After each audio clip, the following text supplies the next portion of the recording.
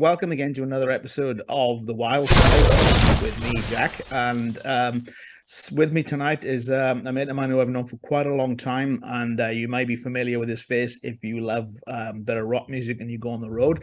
This is my friend Nick Douch, who's the drummer for Ekko Park, and as oh man, this man's been around for quite some time now. One thing I've always wondered, is Douch the correct pronunciation for your surname? You couldn't be more correct, man. You nailed it. Perfect. Okay, I'm cool. always like, where's this going to go? How's the pronunciation? No, man, you nailed it. Oh, that's good. Yeah. So, yeah, I'm happy about that. Right. So, look, what as with everything to do with the Wild Side, this is to do with showing you people who are interested in getting into the music scene or expanding your understanding of the music scene, that there is more to life than sitting behind a computer. There's more to life than playing gigs and recording music and writing music. There's a lot of career moves you can make in the industry. When you feel a bit burnt out with the live scene and with this, that, and the other. So look, getting straight into the questions with Nick now. You've been in the music industry in a number of roles, and I've mentioned before, for a deceptively long time. So what got you being into the game? Well, I guess we go all the way back to what got me into playing music. So, I grew up in Te Awamutu in the Waikato, small rural like farming town, and my parents always loved music. They're not musicians themselves, but they always loved country music and Irish folk music, and that was just always around me growing up, which is really cool. So I remember going to my first show with them when I was 5, and it was Slim Dusty, the Australian country musician. And I still vividly remember that show. I dressed up as a cowboy, and it was brilliant. I loved it. Didn't he do the one with the that rocking chair, something like that? Was that him? That is one. I'm sure. Yeah. Yep. He's got about 100 albums, I think. Wow. He's brilliant. But yeah, I remember going to that show, and even then being totally engaged with with him, but also what all the backing musicians were doing on stage as well, especially the drummer. And my oldest brother Greg, he was a drummer. Oh, he still is a drummer, but he's a bit older than me, but he was playing around, pubs and playing gigs in Hamilton when I was quite young. So I always knew that he played the drums. But when I was about 7 years old, I saw a Crowded House concert on TV. And it was them at the Sydney Opera House. It was actually their last show from that time. And another one of my brothers, I've got 4 brothers, so there'll be a lot of like brother talk, but just general brothers. One of them actually recorded it like on a VHS, and I just became totally obsessed with that concert. I was really engaged again with the drumming of Paul Hester. My mum said to me, I went to school with the singer, and I didn't believe her, because I was like, people on TV are all from America, aren't they? Like, I didn't know that they were from New Zealand and Australia. But yeah, she was right. She went to school with Neil Finn. So that kind of blew my mind. And then I essentially just set up a pillow drum kit in my lounge and just played to that concert for a year. And then I was very lucky to get a drum kit for Christmas that next year, and then just kept being self-taught, kept playing along with them, and then through, family, got into bands like Oasis and Green Day, and an Irish band called Ash. Do you know Ash? Yeah. Yep. Yeah. One of my brothers is a big fan of them. Yeah, man. And the Smashing Pumpkins, and Metallica, and just anything that my older brothers were listening to, I just sort of tried to play drums to it, probably really badly, but I'm glad I learnt that way, because I sort of got my own style out of it in a way. And then fast forward to high school, to get into the school band, you had to read music. So then I got some lessons to learn how to read music, and kind of went from there. Through the school band, I started playing with other people at school, like playing rock songs and playing covers and things, and formed a band there called Equinox, which was we were like I guess you'd say like a punk. We always said that we were like a punk grunge band, but we were teenagers, so I didn't even know what that means. But we Isn't that where you and I first crossed paths? Yeah, man. Yeah, which is that. I mean, that band finished probably 12 years ago, but that's probably when we first crossed paths for sure. And yeah, we were around, we stayed together for probably 8 or 9 years. And we ticked a lot of boxes for like a young band from a small town, you know, like even for us, like the biggest achievement when we were 16 was we played a gig in Auckland, you know, which Yes. a lot of people weren't doing. We were like, we went to Auckland and played a show. And yeah, that's kind of how I got started, was playing with those guys, and a lot of those guys still play in bands as well. So Kyle, who is the guitar player in that band, he's my best friend, is he's the guitarist in the band Dead Favors. Oh yeah. Yeah. And so yeah, so you know, we're always hanging out and gigging together still, which is super cool. And we have me and him have like our own little two-piece fun band that we have as well. So that's we've been playing music together for almost 20 years, which is pretty cool. Awesome. Yeah, man. Good stuff. Cool, man. Well, like, so aside then from being in bands, what was your first, let's say, other job in the music industry? Yeah, so when I was in Equinox, a friend of mine from Te Awamutu, he had a family friend who worked in the music industry. He ran a charity project. It was called the Fill the House Tickets Project, and he would work with promoters and record companies so that when artists were coming to New Zealand, he would do newspaper promos to promote their albums or their shows. This was when CDs were like a massive thing. This is like 2004, 2005. Yeah. And in return, if there was any like unsold tickets, or you know, if bands had tickets that they had put aside for different charities, he would then give those tickets to people from the Child Cancer Foundation and other charities as well. So that was kind of my first introduction to the behind the scenes of the industry. Was I actually started helping him, like writing the promos and researching shows coming up and things like that, from the time I was about 16, 17. So I did that for a while, and it was a really great thing to be a part of. And you know, I mean, I didn't do it for this reason. I did it because I thought it was a great thing to be doing. But you know, through that, I made a lot of connections in the industry at a young age, and again, a lot of those people are still around, you know, and dealing with them all the time. But I guess I'd say my first job was working for Groove Guide magazine. I remember you working at Groove Guide, yeah. We used to talk a bit then, eh? Yeah. So that was through Grant Hislop, who started the rock radio station, and he's managed a lot of bands, including like Good Shit. So he took over Groove Guide magazine and set up a whole new team around it, and just through like, you know, connections and mutual friends and things like that. I'd only just moved to Auckland, but I found myself with a role there, which was awesome, and again, a great way to meet people. And one person I did meet there was a musician called Johnny Love. Do you remember Johnny? Yes, I do. Yeah. So I remember he emailed me and said we should catch up for coffee, and I said to Grant, I was like, man, Johnny Love wants. I was like green as. I was like, Johnny Love wants to meet up for a coffee, and he said that's because he works here. We were doing the same job, and I got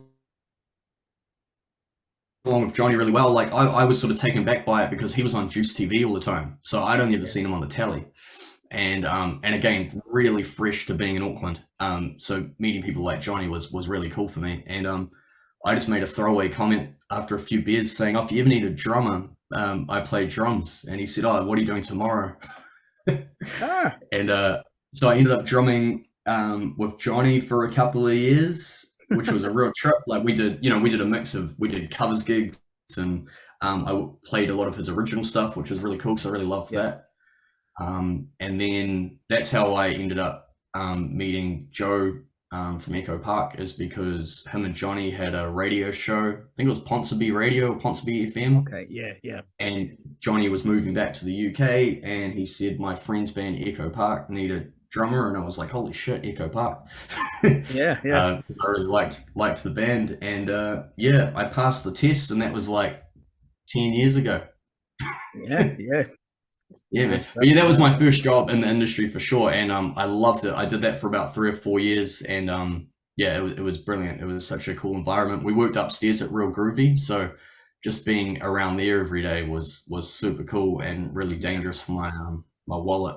But it was, yeah. Good stuff. So tell me a bit more about Ekko Park. I mean, it's a name band. You're a very well-known band in the country, and not without good reason as well. So what's planned for 2023 with the band? So we recorded, we released 4 new singles this year. Yeah. And it's the first time we've really done that without, releasing a full album or a full EP. But we, we thought we'd give that a go and just spread them out and release 4 singles. So we'd recorded those last year, 2021, right? Yeah. It's going to be 2023 pretty soon. But we recorded 4 new songs this year, and we're going to do that again next year. So we're going to stagger them out and release 4 more. And then with that will come some more videos and some more shows, and we'll just keep it rolling, man. We want to get back overseas again. It's been obviously a little while since anyone's been able to travel too far, but we had some really cool stuff lined up in the UK, and it didn't get to go ahead. So we're hoping we can make that happen in the next year or 2 as well. But yeah, just more new music, more shows, man, and and keeping on writing too. We love writing. Yeah. We love rehearsing, and we love writing. So we want to do a lot more of that as well. Brilliant. Good to hear. Yeah, looking forward to it. We're a busy bunch of people, like Joe and Brian playing the Jordan Luck Band as well. Oh yeah. Wow. Joe's also playing with Jen Wigmore now too, so he's got a tour with her next year. And Jessie, our guitar player, she's got a lot of projects as well, and she plays in a band called She Loves You as well. So everyone's doing music all the time, So when we get together, we go into full Ekko Park mode. Brilliant. That's awesome. Yeah. Cool. So plenty to look forward to from you guys then. So look, stepping back from Ekko Park again, then with regard to yourself, now you also own and run a music school. Yeah. So tell me about it. What inspired you to start it? And tell me about that. Yeah, we've got 1 day left this year. It's been a big year, but it's been brilliant. I wouldn't change a thing. So after Groove Guide, I started doing a bit of drum teaching. And another kind of music connection there was I got interviewed for, the band got interviewed for New Zealand Musician magazine after we'd done a tour of the UK and Ireland. Yeah. And the guy who interviewed us was JP Carroll, who plays in a band called Arrays, and he used to play in Stitches, which was in Armed in Advance, and he plays in Swerve City now. And we went out for dinner afterwards, and I sort of asked him in that same sort of way that you always wonder what do guys in bands do when they're not in the band. I was like, what else do you do?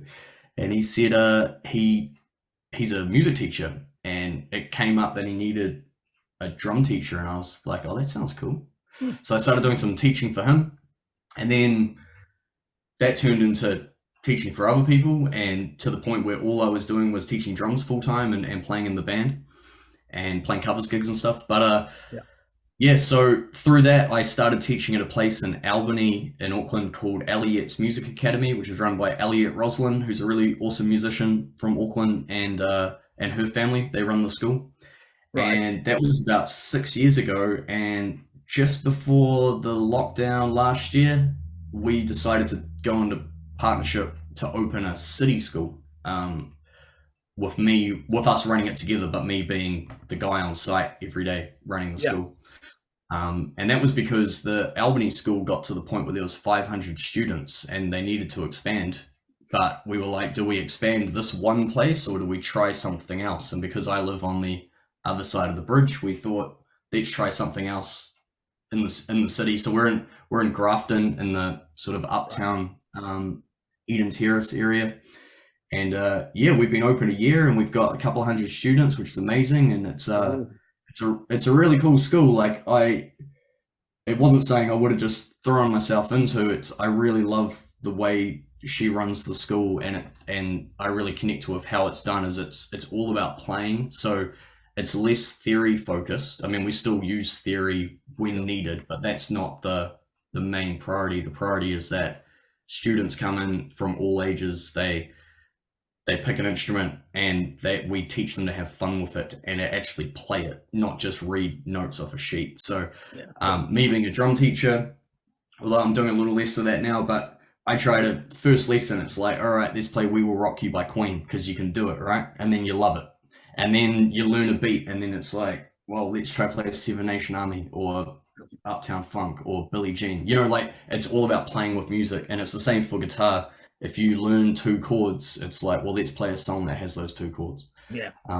And we'll worry about the theory stuff later or when you need it. Cool. And yeah, and that's what we're all about. And we do heaps of shows. So rather than just doing shows at the end of the year, we do, like this year we did 30 shows that the kids could play at. I say kids, like there's adults, there's everyone, but yeah, we try to give them opportunities to play with other bands or play at markets or, you know, any street festivals, anything like that, to give them a chance to play. I had some kids play at Mitre 10 the other day, and like it was a Christmas day, but it was like super cool, you know. They were rocking out. So yeah, I love it, man. And yeah, we're really stoked. We're only 1 year in, but it's going really well. And sounds like, yeah. We're ready for a little break though. Yeah, I guess so. Yeah. So what if somebody's at the school, what kind of student get from the school? You know, I mean, is there, you know, are there academic qualifications, and you know, what can they get there? And I mean, where can someone contact you for more info? Yeah, cool, man.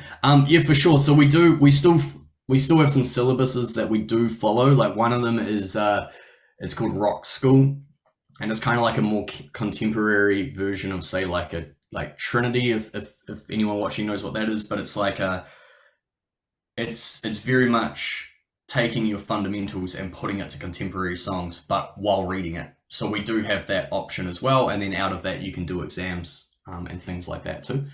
And we follow a program called Simply Music Piano, which is, rather than reading music notes, it's all about like shapes and fragments of music to learn how to play a song every week, which is super cool. Yeah, and awesome. It's actually like, I think I've learned more piano watching those classes than I have in my entire life, which is super cool. I've got Mary Had a Little Lamb like down to a T. Brilliant.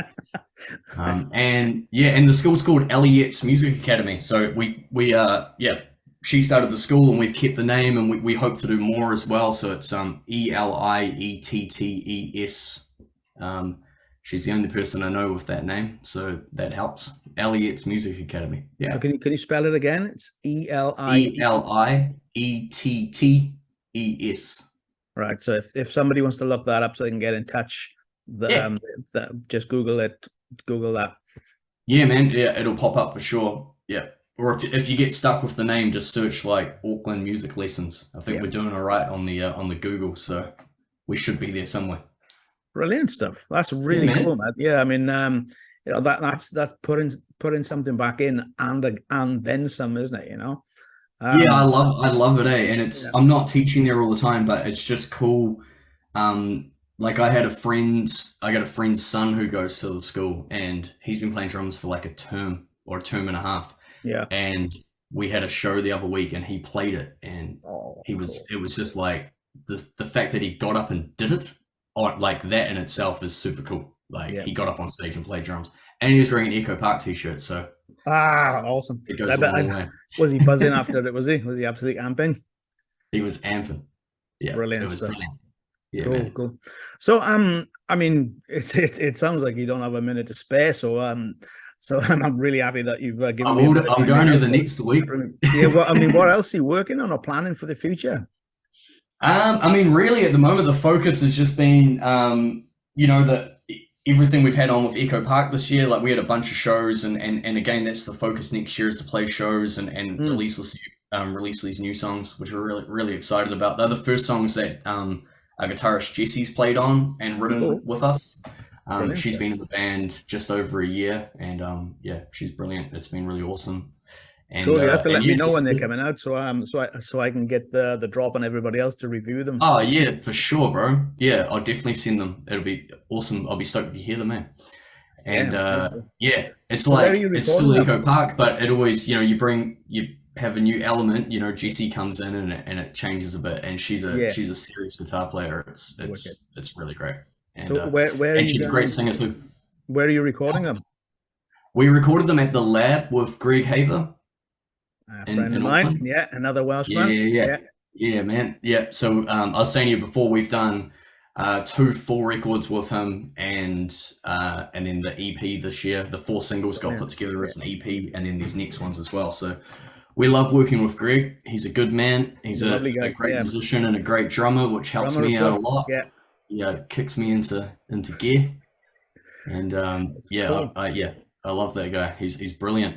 So a lot more writing next year. Just a lot more growing the school. That's a big focus, is doing that and creating more opportunities for others to play, you know. And we want to do a lot more all ages shows and try to get, you know, younger bands in to play as well. We did this really cool one a few weeks ago that Written by Wolves put on, and it was 7 bands played. There was a couple of younger bands that played earlier on, and it was all ages, and it was just such a good vibe. So we want to do more of that with them, and maybe do, you know, something, you know, a few less bands, but something like that on our own as well. Cool, man. Cool. Yeah, bro. There's a good underage band called Dragonfly down around this area. Not sure if you've heard of them. Oh, okay. I'm gonna write it down. Yeah, Masterton band. Yeah, because as you may know, I live in nice rural South Wairarapa. Hence why my broadband here is it depends on how much coal I put on the fire, you know. But Dragonfly from Masterton. They're pretty cool youngsters. Killer. We played with the band. Sorry to go on, but that show we played. There was a band from down Whanganui called Pull Down the Sun. Played that show. They're a heavy band, but they're killer, man. They're so cool. Okay. Pull Down the Sun. Pull Down the Sun. Yeah, right, I'll have to look that up as well. Then. So go Wairarapa music. Great stuff, mate. Cool. Well, look, that's all I had to ask you. Is there anything else that springs to mind for yourself that you'd like to get out there to the masses before we say goodnight? Yeah, all good. Man, like, I love that you're doing this, and I've enjoyed what I've seen so far, and it's I think this is a really cool insight, and I'll definitely I'll have a lot of students look at this too, not just like I'll probably push them towards the other ones, you know, they don't have to watch my one, but no, just to see, because it's a really cool thing to be doing, and to show people and inspire people that to do music full time, it doesn't have to be just playing in a band, and if that doesn't work out, it doesn't have to end. You can do multiple things. Exactly. It doesn't have to ever end. Yeah, there are so many avenues. Yeah. 100%, man, for sure. Love it. Thanks for your time, man. Look, thanks for your time, Nick. Have a lovely evening, mate. And I'll be looking forward to hearing that Ekko Park stuff soon. Good luck with the school next year.